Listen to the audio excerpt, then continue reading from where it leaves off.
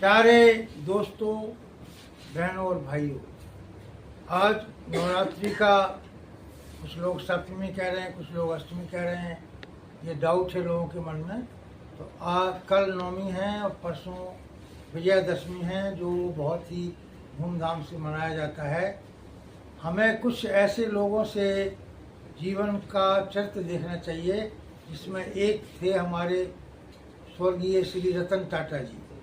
रतन टाटा ने शादी नहीं की। एक बार उनका अफेयर अमेरिका में हुआ, अचानक फिर उनको भागना पड़ा, तो उसके बाद उन्होंने शादी नहीं की और पूरे जीवन भर उन्होंने इस प्रकार का साधारण अरब खरबपति होने वाले व्यक्ति भी, कभी ड्राइवर अगर कभी लेट होते थे तो ड्राइवर को कहते भाई तुम जल्दी चले जाओ, मैं लेट हो जाऊंगा।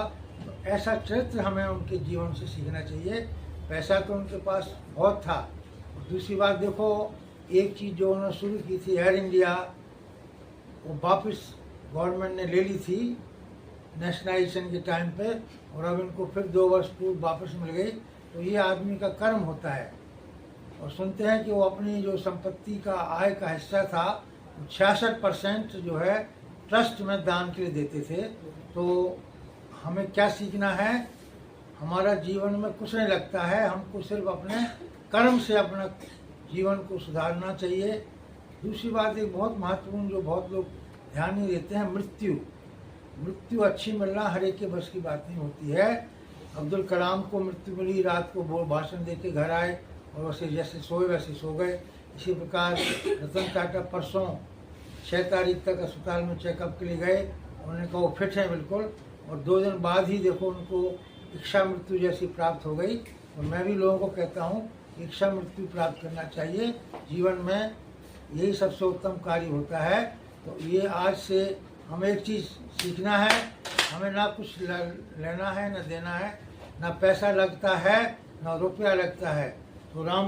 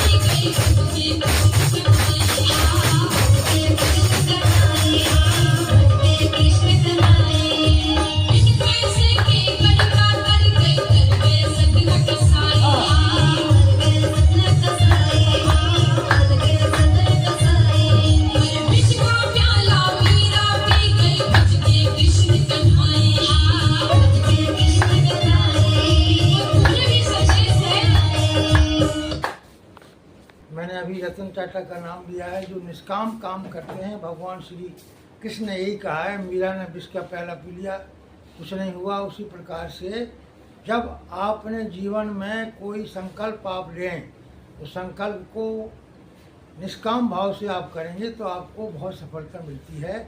और जब आप किसी को काम के साथ जोड़ देते हैं तो सफलता नहीं मिलती है। वो आदमी जब फल की प्राप्ति नहीं होती है तो दुखी होता है। लेकिन जब निष्काम कर्म वो आदमी करता है, पढ़ाई वाला विद्यार्थी अगर हर समय एक ही लक्ष्य रखेगा कि मुझे नौकरी चाहिए, उसको नहीं मिलेगी। लेकिन उसका लक्ष्य पढ़ाई और अध्ययन होना चाहिए तो उसको सफलता मिलती है।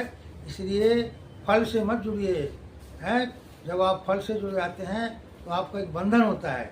जब आप निष्काम भाव से कर्म करते हैं, तो इसलिए मैंने जिक्र इसलिए किया रतन टाटा का, उन्होंने लाखों लोगों को रोज़गार भी दिए, स्कॉलरशिप भी दिए, लोगों को पढ़ाई भी कराई, लिखाई भी कराई, नौकरियां भी दी, कारखाने तो जो भी व्यक्ति इससे प्रेरणा लेता है, ये जो किसी का चरित्र होता है वो चरित्र का धारण करना चाहिए। चित्र की जगह चरित्र, भगवान हमारे बाबा विश्वधाम बाबा भी यही कहते हैं कि चित्र के ऊपर नहीं, चरित्र के ऊपर ध्यान दीजिए।